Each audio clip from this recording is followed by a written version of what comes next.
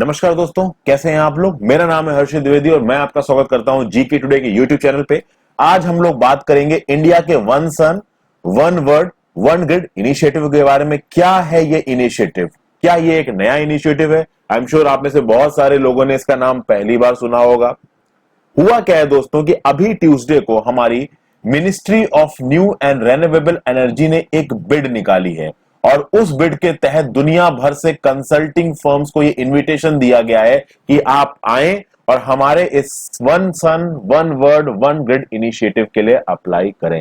तो ये पूरा इनिशिएटिव क्या है दोस्तों, देखिए इसका एक आर्टिकल भी है, लाइवमेंट पे ये न्यूज आई है, आप जाके इस न्यूज को पढ़ सकते हैं दोस्तों। तो पूरा आर्टिकल मैं आपको समझाऊंगा, पूरा इशू समझाऊंगा, इसकी पूरी हिस्ट्री समझाऊंगा दोस्तों। तो अगर अब तक आपने इस वीडियो को लाइक नहीं किया है तो वीडियो को लाइक कर दीजिए, जीके टुडे के यूट्यूब चैनल को जरूर सब्सक्राइब कर लें। साथ साथ फ्रेंड्स, मेरा नाम हर्षित द्विवेदी है, अगर आप चाहें तो मेरे यूट्यूब चैनल को भी सब्सक्राइब कर सकते हैं और इंस्टाग्राम पे मुझसे जुड़ के अपने डाउट्स को क्लैरिफाई कर सकते हैं। दोनों के लिंक आपको नीचे डिस्क्रिप्शन बॉक्स में मिल जाएंगे। तो जैसा कि आप सामने देख रहे हैं दोस्तों, लाइवमेंट की ये न्यूज है।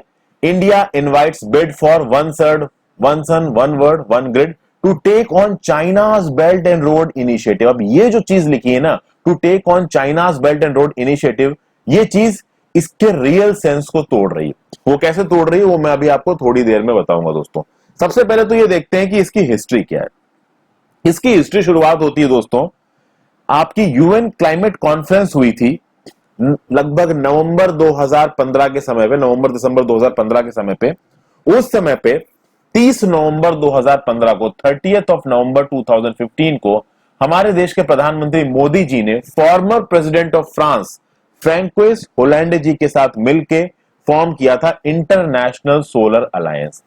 और इस इंटरनेशनल सोलर अलायंस की पहली असेंबली हुई 2 अक्टूबर 2018 को। और उस दिन हमारे प्रधानमंत्री जी ने एक स्पीच दी और उस स्पीच के 4th लास्ट पैराग्राफ में आपको दिखेगा, we too have started with one dream, one world, one sun, one grid. तो ये जो इनिशिएटिव अभी अभी इंडिया ने लॉन्च किया है, ये कोई नया इनिशिएटिव नहीं है दोस्तों। इसके रूट्स पहले से ही हमारी सेंट्रल गवर्नमेंट ने सेट कर रखे थे। क्योंकि अब हम एक लिमिट के आगे आ चुके हैं तो इसको यहां पे फॉर्मली लॉन्च करने की तैयारी की है हमारी सरकार ने। ये वो रिक्वेस्ट ऑफ प्रपोजल है जिसको हमारी ministry of new and renewable energy ने लॉन्च किया है। क्या है इस प्रपोजल को देखिए, पहले पेज की थोड़ी सी झांकियां दिखा रहा हूं मैं आपको। यहां पे क्या लिखा हुआ है, MNRB hereby invites proposals from qualifying consulting firms for developing a long-term vision, implementation plan, roadmap, and institutional framework for implementing one sun, one word, and one grid initiative. तो ये है दोस्तों, कहा जा रहा है कि जो हमारी सरकार है वो सरकार, ऑब्वियस ही बात है कि हम लोगों ने ऑलरेडी इंटरनेशनल सोलर अलायंस को स्टैब्लिश कर लिया है। 67 कंट्रीज इंटरनेशनल सोलर अलायंस की मेंबर्स बन चुकी हैं। तो चूंकि हम इंटरनेशनल सोलर अलायंस में एक लिमिट से ज्यादा प्रोग्रेस कर चुके हैं तो नेचुरली ये वन सन और one world one grid initiatives हमें फायदा दे सकता है दोस्तों। इसकी बहुत सारी डेडलाइन रखी गई है। प्री बिड मीटिंग की डेडलाइन रखी गई है 5 जून की। प्रपोजल इलेक्ट्रॉनिक तरीके से भेजना है। तो अब आप समझ रहे हैं दोस्तों कि यहां पे ये एक प्रपोजल मांगा गया है अलग अलग कंसल्टिंग फर्म से। उन अलग अलग कंसल्टिंग फर्म से टेक्निकल प्रपोजल भी मांगा गया है और फाइनेंस प्रपोजल भी मांगा गया है। ये देखिए, ये जो रिक्वेस्ट फॉर प्रपोजल तैयार किया गया है इसमें आनंद कुमार जी का एक बड़ा इंपॉर्टेंट रोल है। पहले ये मिनिस्ट्री और न्यू एंड रिन्यूएबल एनर्जी में सेक्रेटरी थे, अभी ये कल्चर मिनिस्ट्री में सेक्रेटरी। इनका देखिए क्या कहना है, this would be a key to future renewable based energy systems globally. Creation of regional and international interconnected green grids can enable sharing of renewable energy across international borders and also balancing. Such grids would work in tandem with the existing grids and will not require parallel grid infrastructure, thus requiring only incremental investment. क्या बोल रहे हैं ये कि भैया दुनिया भर में जब भी रेन्यूएबल बेस्ड एनर्जी सिस्टम्स को एक बड़े स्केल पे बनाने की बात होगी दुनिया भर में, तो यहां पे आपका ये जो ऑर्गेनाइजेशन है one sun one world one grid, ये काम में आ सकता है। दुनिया भर की कंट्रीज इंटर बॉर्डर शेयरिंग करेंगी जब ग्रिड्स की, तो रेन्यूएबल एनर्जी को आराम से एक जगह से दूसरी जगह ट्रांसफर किया जा सकता है। मान लीजिए 2 नेबरिंग कंट्रीज हैं, उन नेबरिंग कंट्रीज में कोई एक नेबरिंग कंट्री एक ज्यादा स्केल में रेन्यूएबल एनर्जी को ट्रांसफर प्रोड्यूस कर रही है तो ऑब्वियसली बात है वो पास की कंट्रीज को ट्रांसफर कर सकती है अगर इस तरीके की इंटरनेशनल ग्रिड्स हैं। अब देखिए ये बहुत ही एम्बिशियस प्लान है दोस्तों। यहां पे एक बात और कही गई है कि किसी भी तरीके की पैरेलल ग्रिड की जरूरत नहीं है। यानी ऑब्वियसली अभी के समय पे जिन ग्रिडों का इस्तेमाल किया जा रहा है पावर डिस्ट्रीब्यूशन के लिए, पावर डिस्ट्रीब्यूशन होना पड़ता है। फ्रेंड्स देखिए, अभी की डेट में इंडिया में अगर आप बात करो तो मैक्सिमम जो पावर है वो कोल बेस्ड पावर है, thermal power plants coal based power है। ओके, बट ये coal based power clean power नहीं है। तो रेन्यूएबल एनर्जी की बात हो रही है तो सोलर पावर प्लांट्स लग रहे हैं, विंड पावर प्लांट्स लग रहे हैं। आप एनर्जी किसी भी सोर्स से पैदा करो, बट आपको उसको एक ग्रिड में फीड करना होता है और फिर वो ग्रिड भाई जगह जगह पे इलेक्ट्रिसिटी को डिस्ट्रीब्यूट करेगा। अगर देखेंगे इंडिया में कोई एक बहुत बड़ी पीएसयू जो पावर डिस्ट्रीब्यूशन के साथ डील करती है, तो आपने नाम सुना होगा PGCIL, power grid corporation of India limited. तो ये जो power grid corporation of India limited है, इस तरीके की दुनिया की अलग अलग कंट्रीज में बहुत सी ऐसी ट्रांसपोर्ट आपकी कह सकते हैं पावर डिस्ट्रीब्यूशन कंपनीज होंगी, तो उनका एक नेटवर्क उनकी कंट्री के एडमिनिस्ट्रेशन की मदद से बनाने की कोशिश करी जा रही है यहां पे दोस्तों। बड़ा ही एम्बिशियस नेटवर्क है, बड़ा ही एम्बिशियस आइडिया है दोस्तों, बट इसमें एक कैच है। कैच ये है कि इसको चाइना के one belt one road initiative के साथ कंपेयर किया जा रहा है। ये मेरे हिसाब से सही नहीं है दोस्तों, क्योंकि देखिए चाइना का one belt one road initiative बहुत मेजर इनिशिएटिव है। इसमें रेलवे की भी बात होती है, पोर्ट्स की भी बात होती है, केवल जमीन से नहीं गुजरता, ये लैंड और ओशन दोनों से गुजरता है।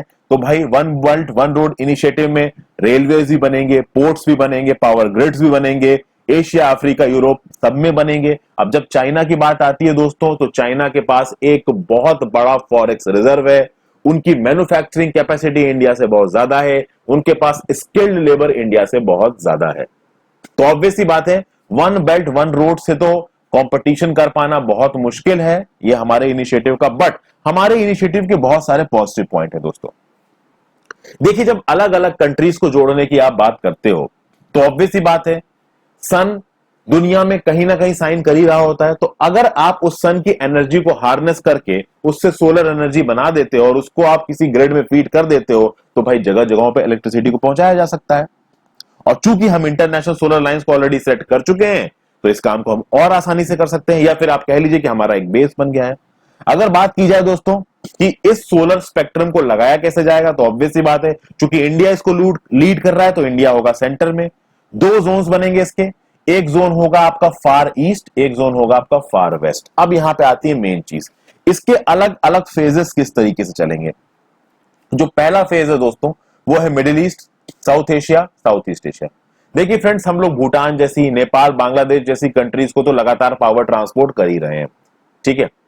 लेकिन देखिए, एक इंटर ग्रिड कनेक्शन बनाने की बात की गई है मिडिल ईस्ट की कंट्रीज में, south Asia, south east Asian. Obviously बात है ये जो कुछ भी सोचा गया है इसमें पाकिस्तान और चाइना नहीं है। यहां पे क्या बात करी गई है कि भाई सोलर पावर को शेयर किया जाएगा, रेन्यूएबल एनर्जी के रिसोर्सेज को शेयर किया जाएगा, ताकि पीक डिमांड के समय, जिस समय पे डिमांड सबसे ज्यादा होती है, खासकर गर्मियों के समय पे, इलेक्ट्रिसिटी की रिक्वायरमेंट्स को एक पैन बेसिस पे मीट किया जा सके।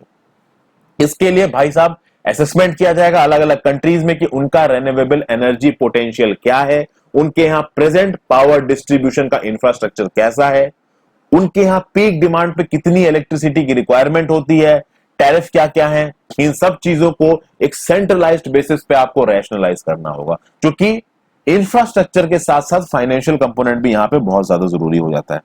फिर भाई आगे बात की जाए फेज टू में, फेज टू में जो पहला फेज वन है उसको अफ्रीकन पावर पूल्स के साथ शेयर किया जाएगा। देखिए, अफ्रीका एक ऐसा कॉन्टिनेंट है फ्रेंड्स जिसके सेंटर से इक्वेटर निकलता है, तो ऑब्वियस ही बात है ट्रॉपिक्स तक जो कंट्रीज आती हैं वो सोलर पावर को बहुत एफिशिएंटली हार्नेस कर सकती हैं सोलर एनर्जी के लिए। तो अफ्रीका का एक बहुत मेजर पोर्शन ट्रॉपिक्स के बीच में आता है, यानी कि ट्रॉपिक ऑफ कैंसर और ट्रॉपिक ऑफ कैप्रिकॉर्न के बीच में आता है।